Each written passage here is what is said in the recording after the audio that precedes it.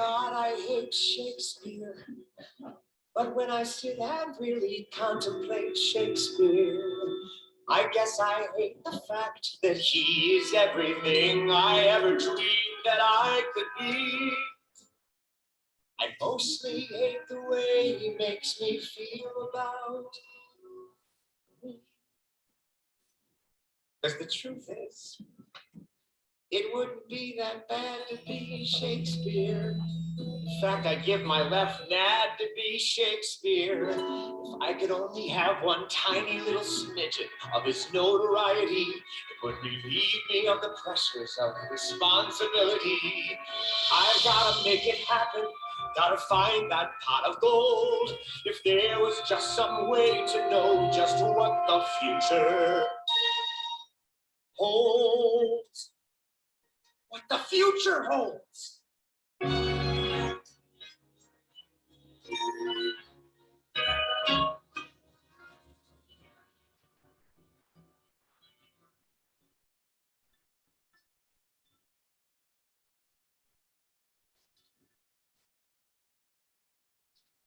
YouTube Music is a music app made by YouTube, and you can use Google Assistant to play your songs. Like, hey Google, play sexy mood music. Yeah. Get YouTube Music Premium. What the hell are musicals?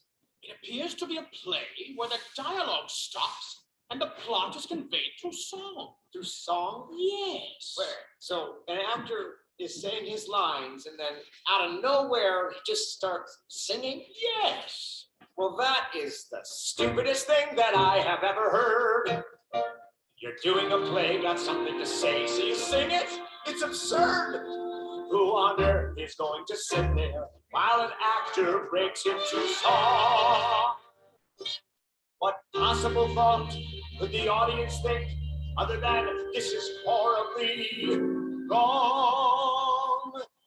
Remarkably, they won't think that. Seriously? Why not? Because it's a musical, and nothing's as amazing as a musical, with song and dance, and sweet romance, and happy endings happening by happenstance, bright lights, stage fights, and a dazzling chorus.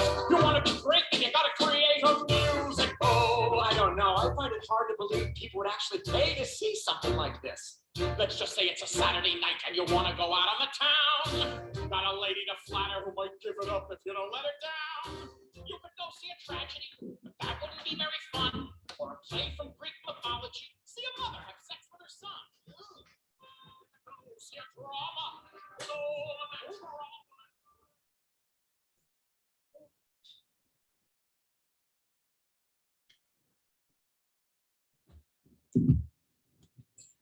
Well, oh boy, this is very loud. Hot mic, this is a hot mic. Good afternoon, everyone. Thank you so much for coming to a Meet the Director portion, a sneak peek at Something Rotten the Musical. My name is Anisa Cameron. I am the Artistic Director of the Côte Saint-Luc Dramatic Society, founding Artistic Director. We began the Dramatic Society in 2010. And here we are today in 2023. So just by a show of hands, who here had heard of the musical Something Rotten before seeing before seeing that we were putting it on? Okay, well, I'm going to talk all about the show today, and we'll have a nice back and forth. We are having our first rehearsal this evening in the theater. So I'm being very cautious and masking for my cast and my crew and all of that so that we have a nice healthy run. That's what we want. So to begin, Something Rotten, coming to the Wager Auditorium, May 25th to June 11th. It's a 3-week run, and it's been quite a journey bringing this show to Côte Saint-Luc. We started this journey in 2019 when we decided that that was the show that we would put on for the 2020 season. And I'm just going to go to the next. So in 2015, myself and several of my collaborators in the Dramatic Society took a trip to New York. In this trip, we saw Hamilton and we saw Something Rotten because they both debuted on Broadway in the same year. And although Something Rotten was nominated for 10 Tony Awards, unfortunately, fortunately, Hamilton won all of the awards that year, as well it should have. It really is one of the most exquisite and wonderful productions of modern musical theater. We did go to see Something Rotten, and at that time, they said, oh, this would be a good one for Côte-Saint-Luc. I said, I'll never do this show in Côte-Saint-Luc. It's too big, it's too many props, too many costume changes, it's too lavish, we could never put it on in the Greenspan Auditorium, is what I said. So fast forward to 2019, and we get a message from the English School Board of Montreal saying that they are refurbishing Wager Auditorium. Now Wager, we had been in Wager in 2013 for our production of Fiddler on the Roof. And everybody came out and saw it, and God bless all of you for coming out to see it, because there was no air conditioning at that time. And we were a cast of 40, we were either 48 or 58 people in that cast, and it was hot, that's for sure. So when they said that they were going to refurbish the Wager Auditorium, it's 300 seats, it's going to be air conditioned, it's going to be accessible, let's do it there. Great. So we began talks with the English School Board at that time. They said, absolutely, by the summer of 2020, all of those things are going to be done. Great. So as we all know, in March of 2020, the day of our first read through was the day that lockdown happened. So we had held auditions, we had cast the show, my musical director was in place, he had been working on the music, and the day that we were all supposed to meet was when I had to call the whole cast and let them know that they should not come in. And I said, oh, it's going to be 2 weeks. And here we are in 2023. So that was 2020. And here we are in 2023. So it's been a journey. But here are some pictures of our current cast, because like for so many of us, the pandemic changed a lot of things for a lot of people, including if you're cast in a show in 2020, most likely circumstances have changed for you in 3 years.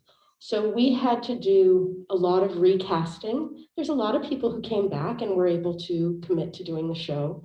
But the other thing that changed for us this year, which is the first time we have ever done this, is we insisted on having understudies.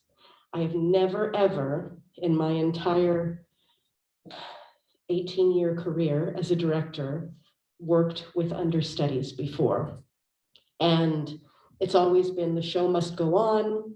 You know, you take your oregano oil or whatever before the show, and you just get out there and you show must go on and you power through it. Well, in the times in which we're living, that is not possible. And let me just say, the reason I never worked with understudies is because this is community theater, and everybody in the show are volunteers. And so in professional theater, you use understudies, but they're paid to be there. They're paid to sit backstage. They're paid to sit on the sidelines and just wait for somebody to drop, right? It's not the greatest, but that's the fail-safe. In community theater, all of these folks are here giving of their time, giving of their free time. And when I say giving of their free time, we rehearse 3 days a week, 16 hours a week for this show from February 15th until May 25th. So it is a considerable time commitment. If you are going to ask people to volunteer and to volunteer their time as understudies, You cannot ask them, just one second, you cannot ask them to come and just sit in the back and hope for the best. So, If I may, no, I'm not going to do stand-up. I can speak to this as I have lost my wife the last month and a half or so, and I will lose her until June 11th. But it's so worth it because our shows are so wonderful and Anisa is so wonderful. And I just wanted to say hello and say how sad I am and how unbelievably crazy I am with 3 children. But I do get her once in a while, so that's good. Thank you for that, Anisa.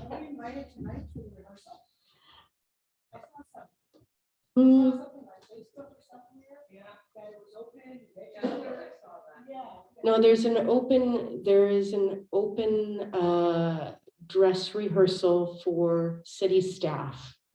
It's not for the public, but volunteers. It just depends. We know that our city staff they have gone above and beyond for us for this production. So we really wanted to offer them, you know, it takes a village to put on these shows. And when I say a village, the village is Côte Saint-Luc. And it's a lot of my colleagues and a lot of the blue collars and a lot of the white collars and a lot of the department heads. Yeah. So there are 375 employees of the city. I know. So they have until next week.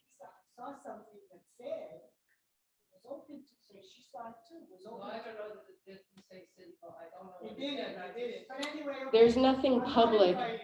There's nothing public. There is a memo that went around to city staff. So I don't know if city staff showed you a memo, but oh yes. Now, yeah, that's the group rate. Correct. Yeah. I just want to say that was Mitch Kajowski, who's a city councilor. He's also one of our producers in the Dramatic Society.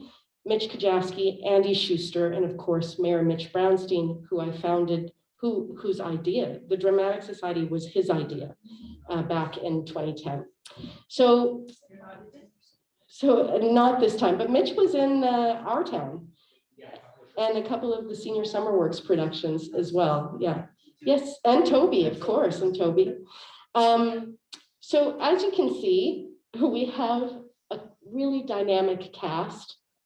And when I tell you that they will make your jaws drop, it is not hyperbole. They are an incredibly talented group of 40 volunteer performers.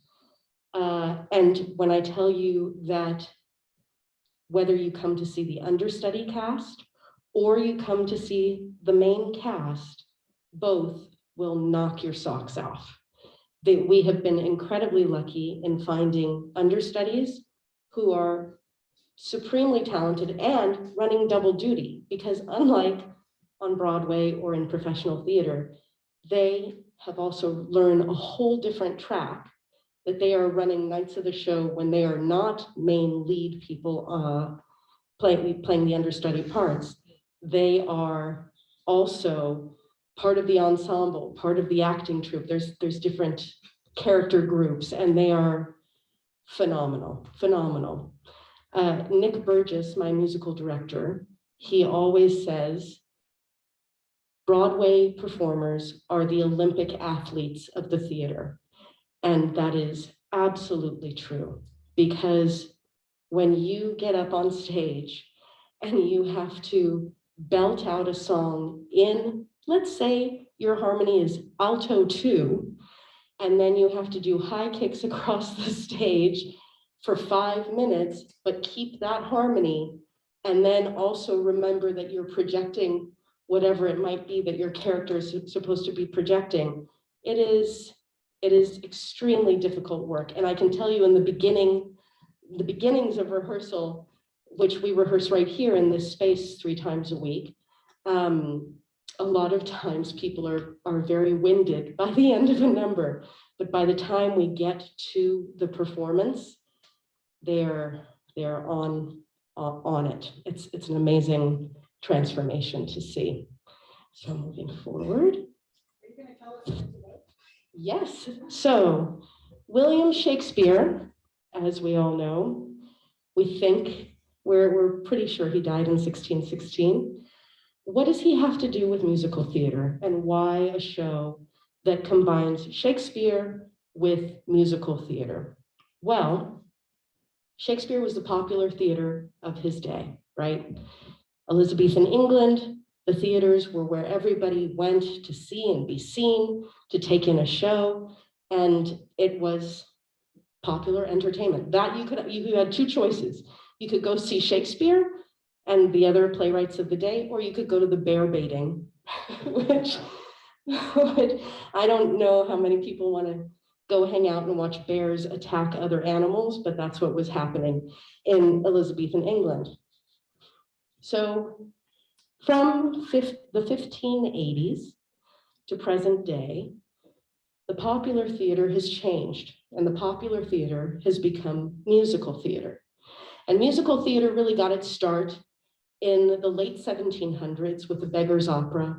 It evolved in the 1800s with Gilbert and Sullivan, and now into the 20th century with everything that you see before you, the great 100 or so years history of musical theater. And Something Rotten takes the spirit and love and poking fun at of Shakespeare and musical theater, and it marries them together.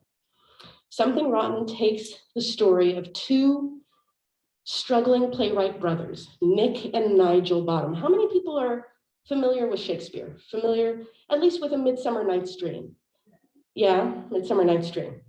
So Nick and Nigel Bottom are struggling brother playwrights from Cornwall, England, who are trying to make it in London. And of course, their biggest obstacle is the rock star that is William Shakespeare. Now, if you know what Midsummer Night's Dream, you know the name Nick Bottom, because Nick Bottom is the character in A Midsummer Night's Dream who is turned into a donkey by Titania, and he's a bloated, overconfident actor type. Well, Something Rotten supposes that Shakespeare has met all of these people that he puts into his play in Something Rotten.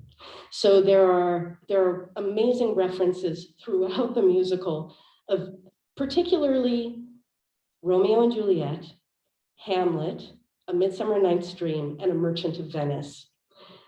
From those four shows, most of the characters in Something Rotten emerge. They are not the identical characters, but you could see how Shakespeare might base his characters in his plays on these people that he meets in real life.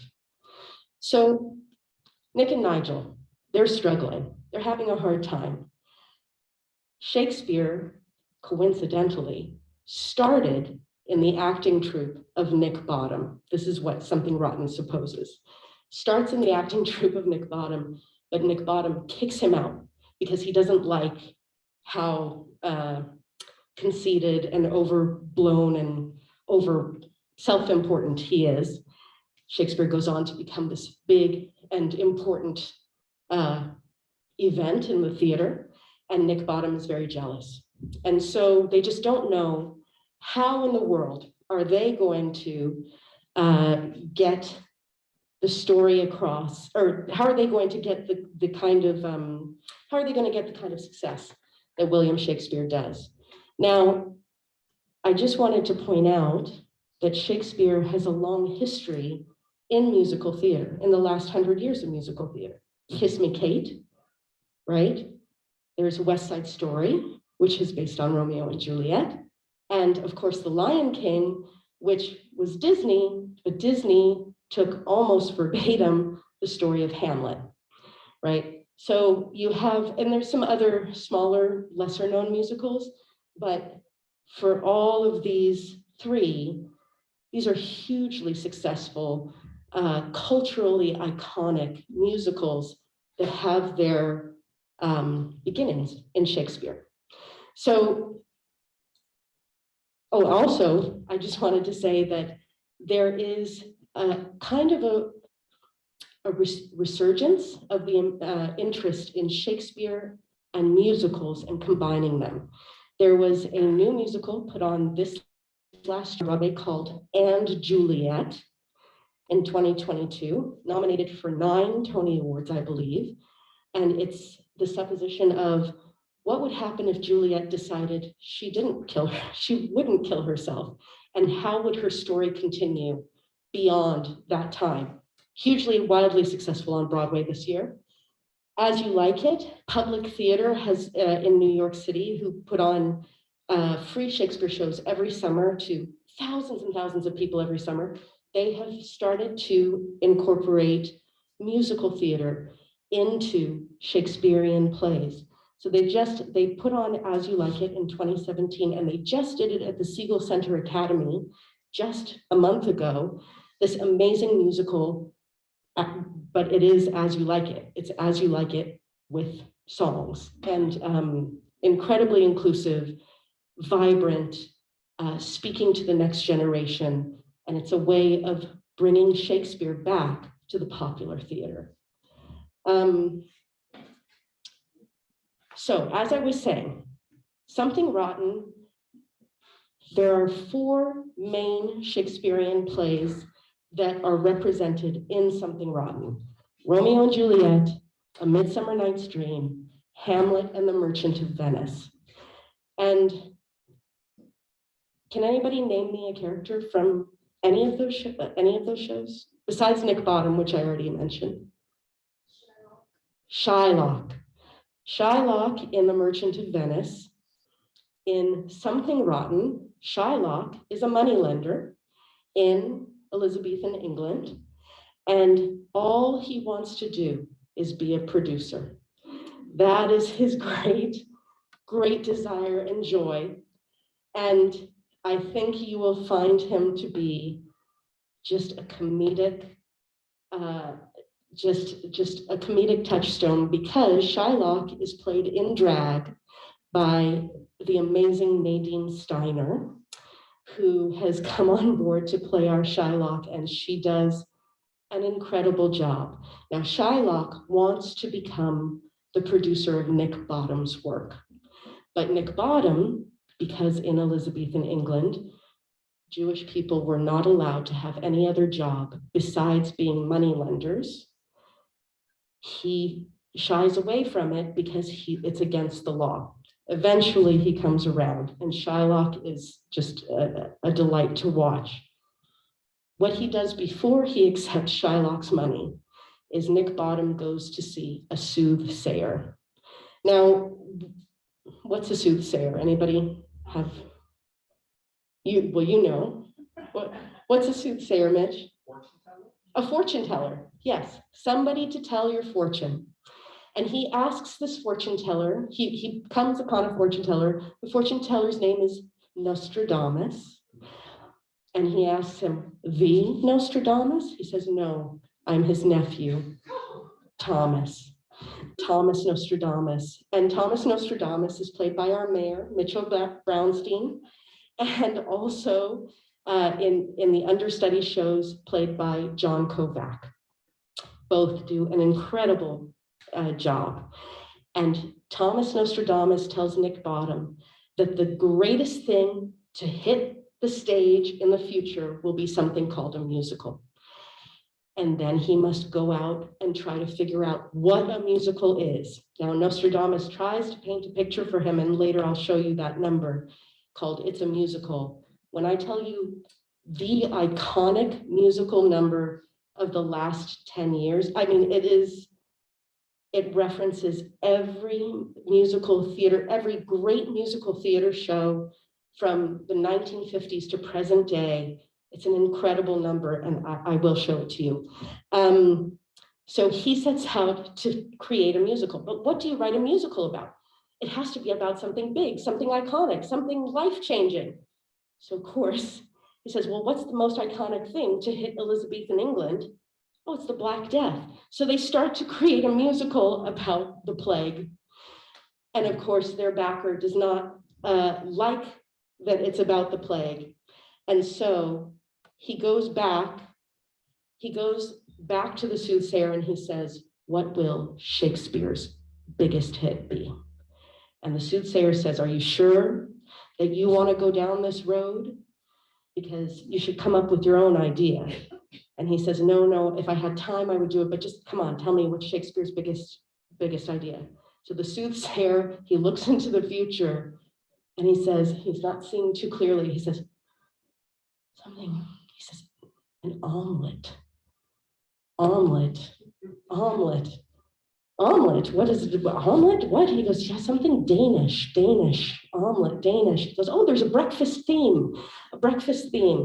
And so based on this faulty information, he goes out and he creates the musical Omelet, which is about a prince who is obsessed with eggs.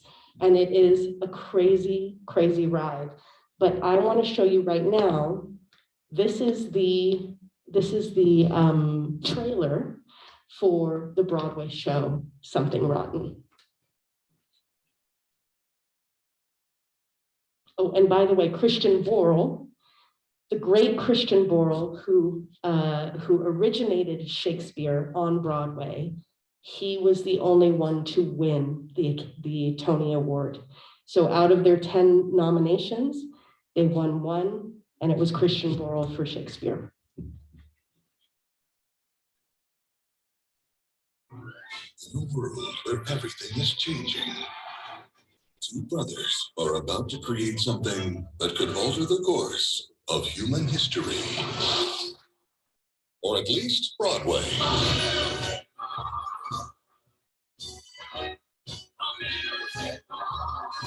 Something Rotten is the story of 2 brothers who are playwrights living in the shadow of the greatest playwright that the world has ever known, William Shakespeare. Shakespeare is like a rock star. We always talked about him early on as being a cross between Mick Jagger, James Brown, Tom Jones, and a little bit of Austin Powers. We want it to be the Shakespeare that you've never seen before. One of the brothers is so desperate to get a hit that he goes to a soothsayer and he predicts the future of theater will be musicals. They set out to write the first ever musical, and hilarity ensues. We're gonna have this soothsayer. What if it's Nostradamus? And we looked up, was he alive then? I was like, no, it was about 80 years earlier. Hey, what if you had a nephew? Nostradamus is like eccentric, a bit senile. We talked about Christopher Lloyd and Back to the Future. Maybe Billy Crystal and Princess Bride. Casey Nicholaw was such a perfect fit for this show. Casey had done Spamalot, and he had done Book of Mormon, and we were like, yeah, that guy would be great. The show really does pay tribute to the art form because I love musical theater so much, and so do the writers. It's really the kind of show that I just absolutely live for. I think what's fun about the show is I think it's for everybody. You don't have to know anything about Shakespeare. You don't have to know anything about musical theater. This show actually works if you love Shakespeare and if you hate Shakespeare. This is a version of Shakespeare that I don't think you've ever seen before. So now you can write, wrong, you're not even close. You remember that, damn it, your play's gotta be, and I had to damn it. Everyone seems to really have a good time at the show. And you just hear the audience going crazy, and it's so much fun to see and hear. There is nothing like live theater. Just to see how the show is different every night, the audience reaction, the fact that people were cheering and laughing. That's what it's all about. From the co-director of the Book of Mormon and the director of Aladdin comes something outrageous, something completely original. Something Rotten, Broadway's funniest musical comedy in at least 400 years. And then 5 years ago, someone told us we should make this whole thing hip hop. And we said that will never work. And it wouldn't have if we had done it. That's for sure. In a world where everything is There we go. So That is the Broadway trailer, but that is what the show, oh, sorry. Musical, a music. Oh yeah, I'm gonna show you this. This is, I will show you that in a moment because it shows the greatest number in the show. It's a musical and it shows every musical theater reference that the number talks about or within the music. It's really such a love letter to musical theater lovers. And like he said, if you love Shakespeare, if you hate Shakespeare, the show will have you cracking up because it's irreverent, but also lovingly irreverent to Shakespeare. Before we go into It's a Musical, I just want to talk a little bit about our incredible creative team. This year, I have what I like to call my dream team. In terms of the creative team, I have Nick Burgess, my longtime collaborator as musical director. He was not able to join us in 2020 as our musical director, but in 2023, he was able to join us. And so I'm just indebted to him and so grateful. We have really, truly the best band in Montreal. The best musical theater band in Montreal is going to be playing every single one of our shows.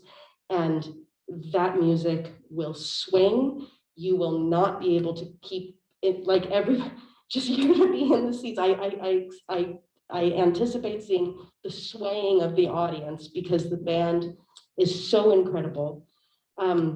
This year, I had the good fortune to collaborate for the first time with a new choreographer, new to Montreal. She's from Ottawa. She's just recently moved to Montreal. Her name is Valérie Brochette. She came highly, highly recommended by my longtime collaborator, choreographer Alexia Gourde, who is on a world tour right now and was unable to choreograph the show for us. And I'm so grateful that she gave me Valérie as a contact, because Valérie has made what you're seeing in that Broadway promotional, I kid you not, is what our cast looks like. They are tapping their hearts out. They are high kicking it across that stage.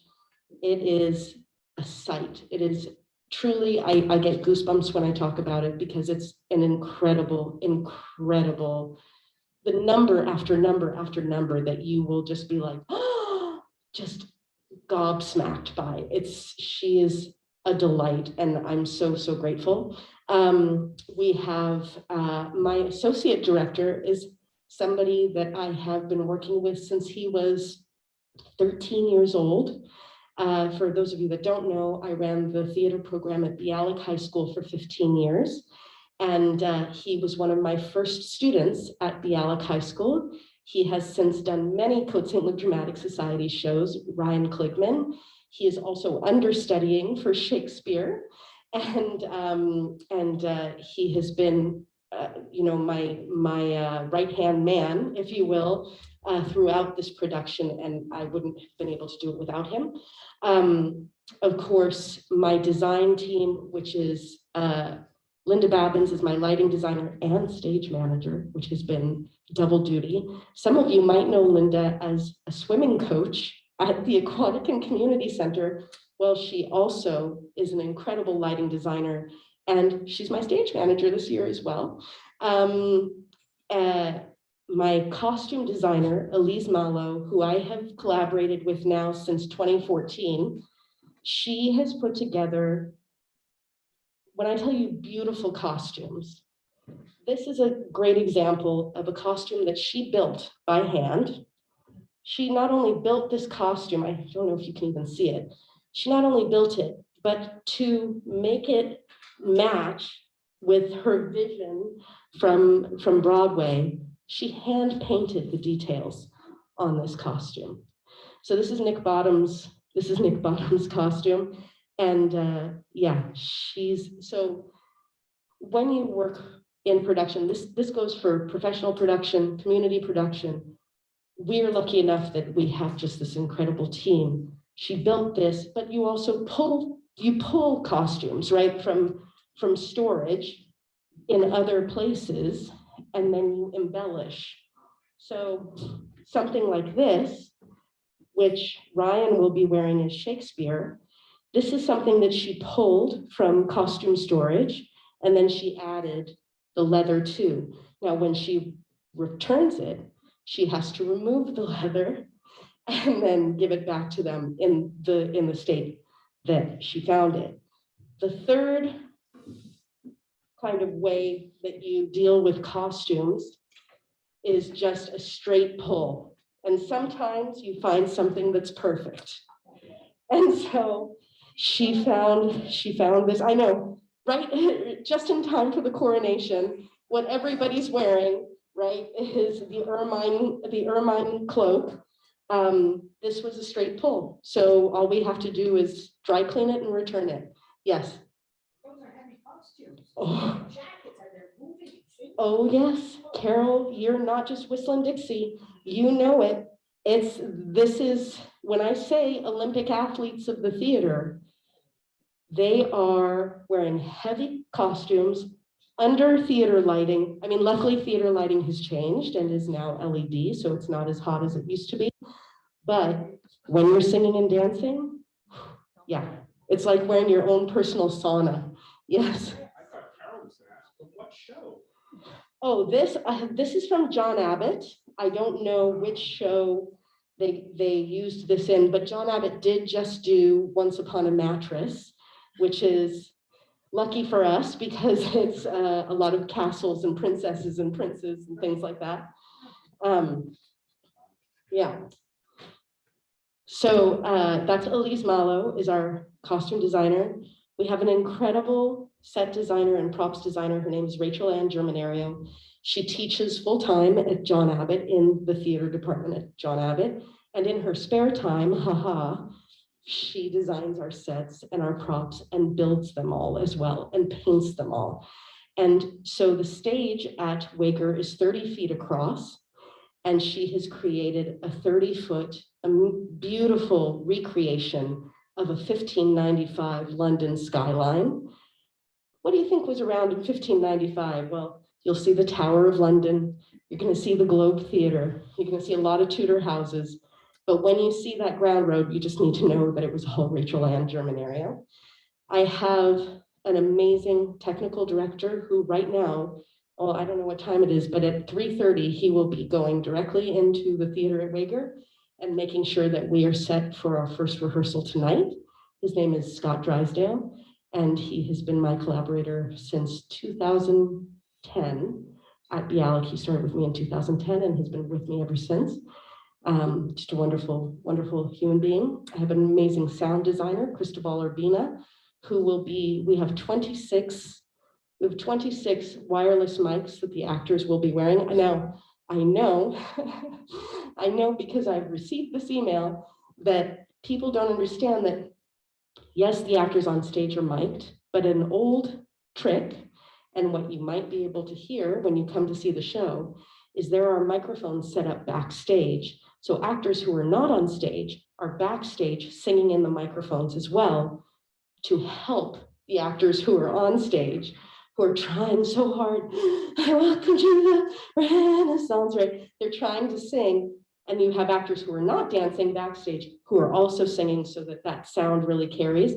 I did receive an email once that said, shame on you, those actors were lip singing on stage. And I said, no, they were singing, but those actors backstage were also singing. And so we're doing the same in this show. And it's a very delicate balance to balance 26 wireless microphones, plus 7 band microphones, plus the backstage microphones. It's not an easy feat. That's Cristobal Urbina. Yes, and we do have hanging mics as well.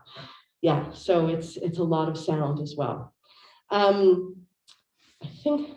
don't think I've forgotten anybody there. And of course, you know, I save the best for last when I talk about my production team. None of this would be possible without my producers and Mitchell Brownstein and the city of Côte Saint-Luc. I work for Parks and Recreation. And so I'm very grateful to the incredible team at Parks and Recreation, the incredible team here at City Hall and City Council, but also the team here at the library who've been so supportive, the team in the communications department who are so supportive.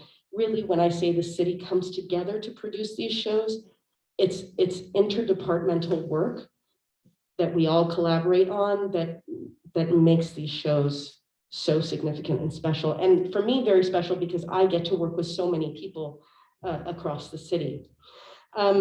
So I promised that I would show you It's a Musical.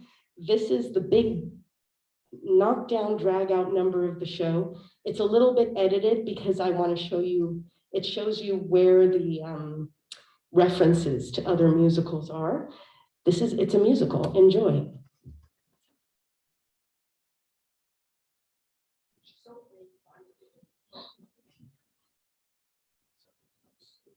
It's a musical, and nothing's as amazing as a musical, with song and dance, and sweet romance, and happy endings happening by happenstance. Bright lights, stage fights, and a dazzling chorus. You want to be great, and you gotta create a musical. Feel that fascinating rhythm moving to your feet. Oh, What is that? feel your ass gyrating to that titillating beat. Oh, are you okay? You slap your lap, then fingers snap. That's when you know it's time to tap. Oh. 5, 6, 7, 8.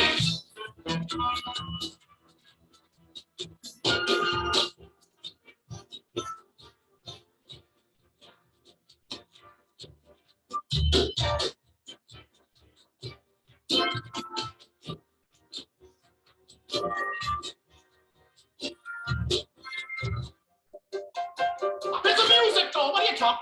It's a musical. A musical? No, a musical with girls on stage. A musical. A Shakespeare repartee, and the women are risque, and the chorus boys are kind of gay. A musical. A true blue musical.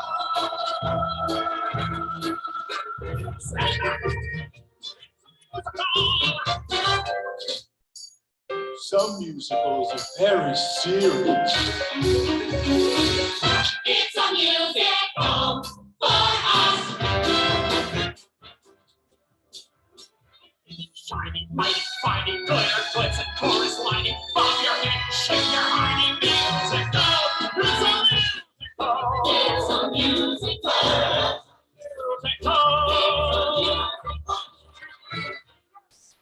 I get it now. We'll do a musical. No kidding. A musical. What could be more amazing than a musical? With song and dance and sweet romance. And with the musical we might have a chance. Who's us? Big applause with everyone cheering for us. Some unexplainable reason. The crowd goes wild every time. The dancers kick the sun. One big wonderful line. Music.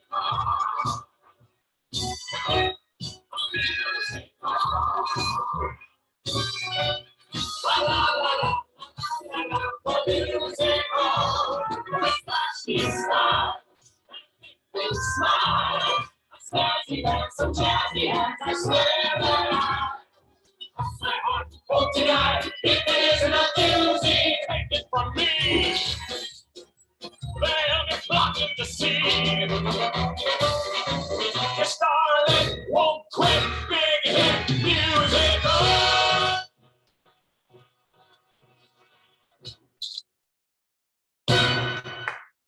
A big hit musical.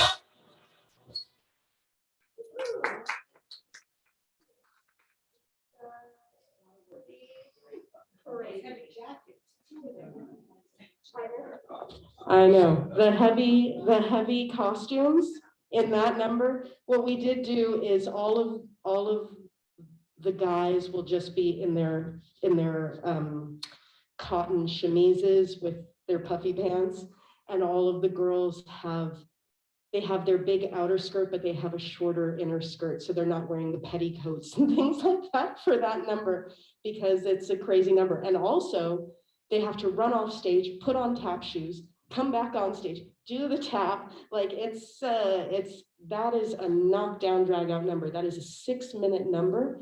It is phenomenal. By the end, even you in the audience will be like, that is in Act 1. It's halfway through Act 1. Yeah.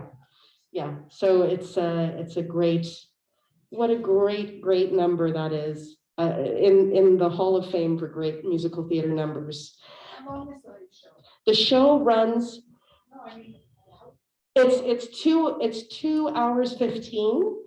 Act 1 is about an hour. Act 2 is about an hour, and then we're going to be doing a 15-minute intermission. Yeah, we say 2.5 hours just to be on the safe side, so everybody books off about 2.5 hours. But there will be there'll be a 15-minute intermission for restrooms and all that good stuff. I don't know if any of you saw our trailer that we put out last week, 2 weeks ago, but this is Joey Salvatore Vitali, who is playing our Nick Bottom, who is, what a wonderful performer he is. He's a musical theater guy from New York who relocated to Montreal 7 years ago. And this year is his reemergence into musical theater. He kind of stepped away for a while, and certainly forced to step away because of the pandemic for 3 years. But he's back with us now. And so this is he and Mayor Brownstein as Nostradamus, with 4 of our amazing choral dancers, Florence Bray, Shai Shalev, Natalie Damon, and Geneviève Petrugia. And this is our trailer.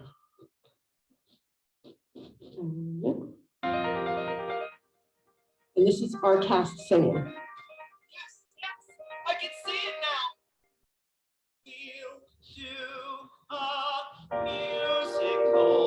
A musical. What could be more amazing than a musical? With song and dance and sweet romance, unhappy endings happening by happenstance. Whose cause, the applause, and a standing ovation? Take it from me. They'll be flocking to see.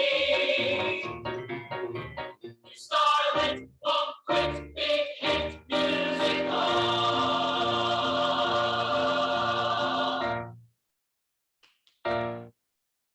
A big hit musical. Yeah.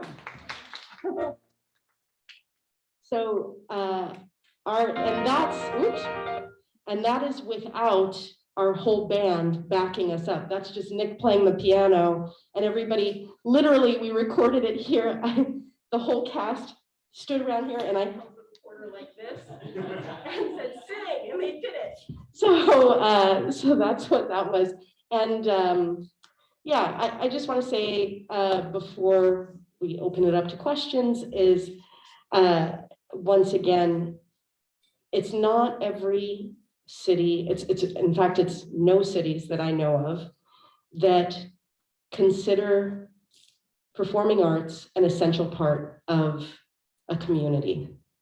And we are so lucky here in Côte Saint-Luc that the performing arts are put on that level, that it's accessible for so many people, that so many people come and be a part of it. This is our most inclusive cast since Fiddler on the Roof, 40 people involved. We have, the age range is 17 to 84 in the show.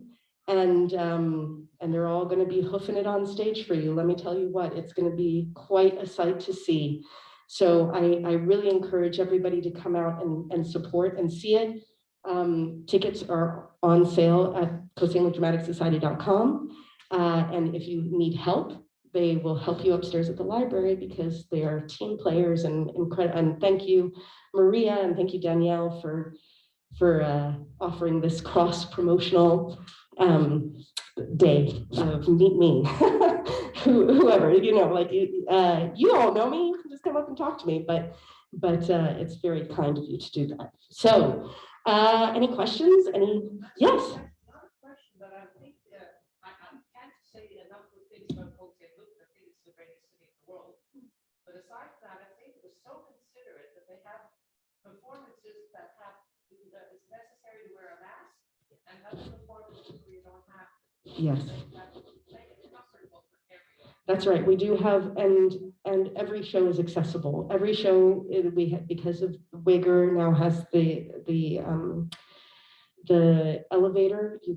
Anybody can come and see the show, and also we have a dedicated masked performance in the well, we have one in the final week. Certainly, we encourage people to wear masks if they feel comfortable to come in whenever. But yeah, we want to encourage everybody to come out and see it. Definitely. Thank you. Any other? How many shows a day right now? A lot of time. I know. So we have our first 2-show day is Saturday, May 27th, because our first big show is actually a matinee for the Wigger Adult Center. So on Friday, May 26th, we have a 10 a.m.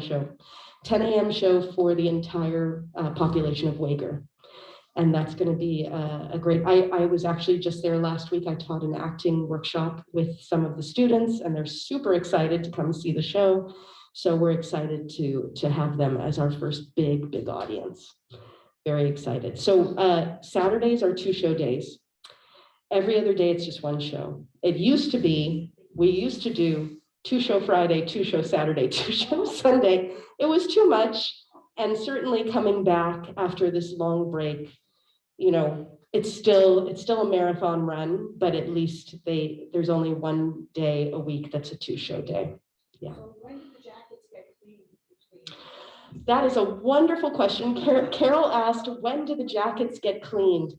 And the truth of the matter is this: everybody has to wear a layer underneath their costume, a cotton layer underneath that they can take home and they can wash. There is a magical tool that we use in the theater. It is called alcohol or vodka spray. Spray. So you can use vodka, or you can use 90 proof isopropyl alcohol, and you mix it with water. And at the end of the run at the night, you spray down the entire costume and you let it, and that alcohol, the vodka or the isopropyl alcohol, will devour the bacteria that cause odor, and you're good to go for the next day of the run. So that's same performers wearing the same costumes over and over and over again. And what you can wash, you do, and what you can't wash, you spray. I actually stopped carrying the vodka because I would have in my kit, I would have a really like a half a liter of Troika, like the cheapest vodka. And people kept saying, Anisa, do you have a problem? Do you need to talk? You know, and I would say, no, it's for the clothes. I spray the clothes with it. And they go, okay, yeah, sure, okay. So I just started using isopropyl alcohol instead because people thought I was backstage. You know? Sharon, I think you had a question. Yeah. No. Okay. Anything else? Any other questions? Yes, Toby. It's not a question, it's a comment. I'm glad to see that Mayor Brownstein is in the play, because I know that this is.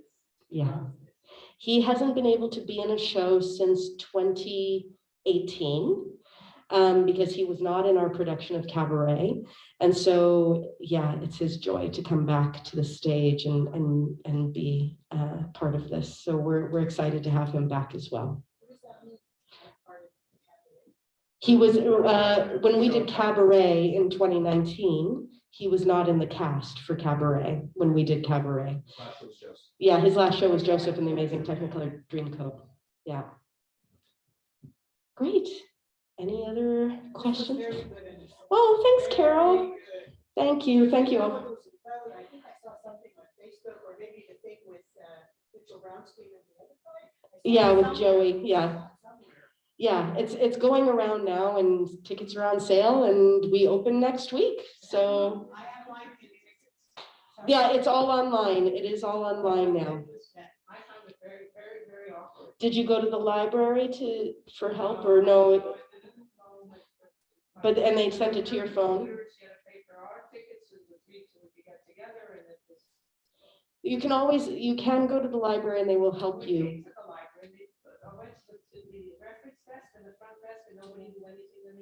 Oh, No, the reference is very steep. okay. Well, whoever's sitting there didn't know anything about it. Oh, I mean, usually there's been a very good service here, so I'm sorry that happened. Maybe it was too soon. Maybe it was before.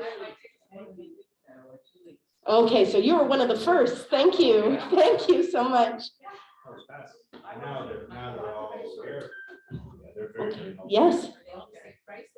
No, no. So the senior rate is 29 plus tax, and general admission, and senior is 55 plus. General admission is 38 plus tax. So it's it's a big difference. So the first weekend, all of the clubs, all of the city clubs.